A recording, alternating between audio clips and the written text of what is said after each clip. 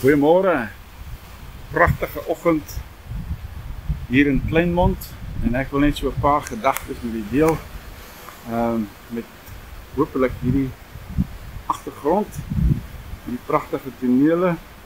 As dit so 'n bietjie skit en bewerig lyk, dis maar net ek.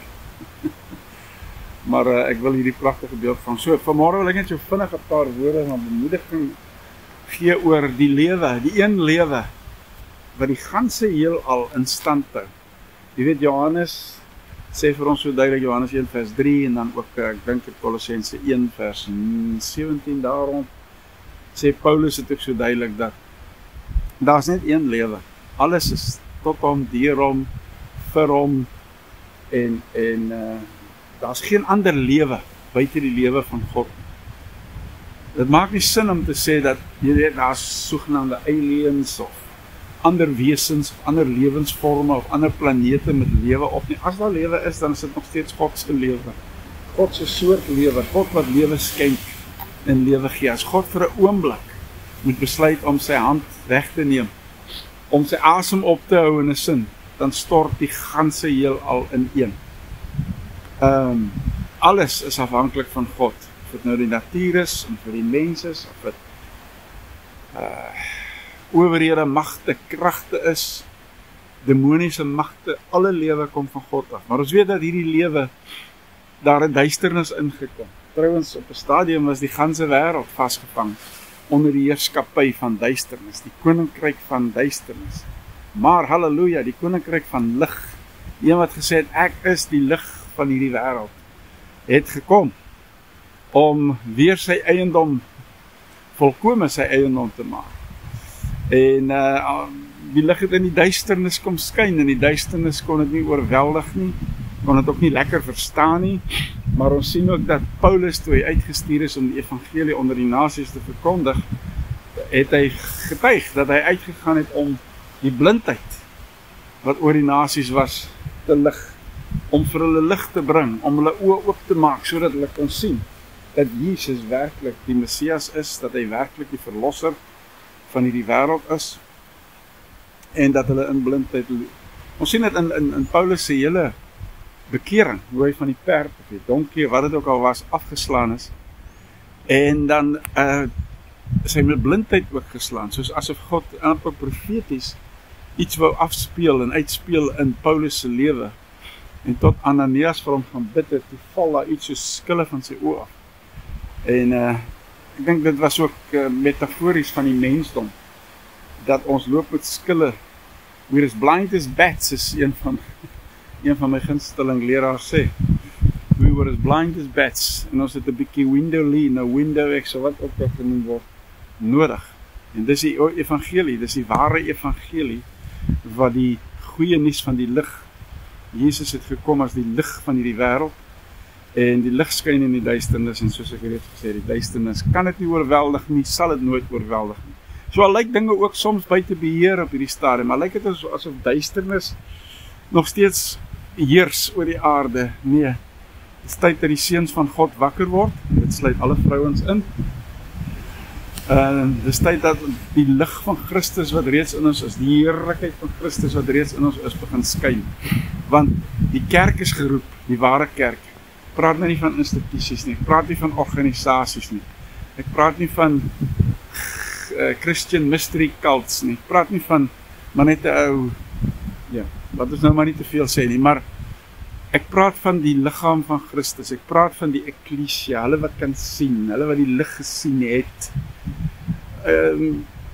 dat ons sal opstaan en verrys, want Paulus stel dit so mooi in Efesiërs, dat die kerk is daar om 'n sigbare demonstrasie te wees van die veelkleurige wysheid van God. En hy sê ook, ek dink Efesiërs 3 vers 10, dat hierdie demonstrasie is gerig op die owerhede, die magte en die kragte, want hulle is reeds versoen. Gaan lees maar Kolossense, lees die Nuwe Testament, daar is niks wat nie reeds in Christus en aan God versoen is nie. God het homself met ons versoen, en ons het die bediening van versoening, dis deel van hierdie uitdra van die evangelie van lig, dat ons lig sal bring waar daar duisternis is. So, geen lewe buite God nie, geen lewe wat selfskeppend, selfonderhoudend, selfgenererend is die dag. Alle lewe is van God. En dit is die wete dat waar ons ook al gaan in die evangelie verkondig, het sê dit in woord en daad is, het die lig reeds oorwin. Ons moet dit weet. En soos ek sê, al lyk dit of duisternis soms nog heers, selfs hierdie owerhede, magte en kragte, wat nou nog God speel, dink hulle kan God se planne verongeluk. Hulle leef in duisternis, en dit sal deur 'n demonstrasie, dit moet deur 'n demonstrasie van die kerk, die ware liggaam van Christus wees. Jesus, die woord sê, waar 2 of 3, trouwens Jesus het sê, waar 2 of 3 saamkom, daar is ek in hulle midde. Maar moet 'n groter korporatiewe uitdrukking kom van God se wil, van God se koninkryk. En dan sê die woord ook, as 2 of 3 saamstem oor 'n saak hier op aarde, wat by aanbetref enige iets, as hulle saamstem, as hulle harmoniseer, dan is die hemel gereed, dan is God gereed om dit waaroor ons saamstem te bevestig en te laat gebeur. En daarom kan dit net hulle wees wat reeds in die volheid van die lig wandel. As julle in Christus is, dan is julle in die lig. As julle in hom wandel, soos hy wandel in die lig, dan het julle gemeenskap, koinonia met mekaar. Dan reinig die bloed van Jesus ons van alles. Dan is daar 'n genesende, terapeutiese werking wat plaasvind. Maar dit sluit ook in dat ons die wêreld moet herstel, dat die heelal herstel moet word, ons planeet herstel moet word. Dit kan net gebeur deurdat ons in Christus wandel en deurdat ons die koningskap en die heerskappy van Christus ten volle verkondig en leef. Dan sal die owerhede en magte demonstrasie sien van die veelkleurige, veelsidige prisma van God se heerlikheid. En dit sal hulle in orde bring, dit sal hulle terugbring, uitbring uit die rebellie waarin hulle verkeer, en hulle sal ook hierdie lig sien en daarin wandel. Hoe presies weet ek nie, ek weet net dat die geheim lê, die sleutel lê by 'n liggaam van Christus, by 'n ekklesia, die uitgeroepenes, wat werklik Christus se lewe demonstreer, wat leef volgens die wet van die Christus lewe, Romeine 8 vers 1, 2 en 3 en verder. Die wet van die Christus lewe waarin geen ander wet kan standhou nie. Maar op daardie wonderlike noot wil ek eindig. Al wat ek wil sê is dat die heerlikheid van God, die lig, rise and shine for your light is come, staan op en word verlig, want julle lig het gekom. Die heerlikheid van God, wat verbind is aan hierdie lig wat in ons is, sal eventueel die ganse aarde vul, soos die seewaters, die oppervlak, soos wat jy hier sien, vul. Mag die Here vir die seën vandag, mag jy hom ervaar, in selfs die kleinste dingetjies, wat gebeur in die lewe. Prys die Here.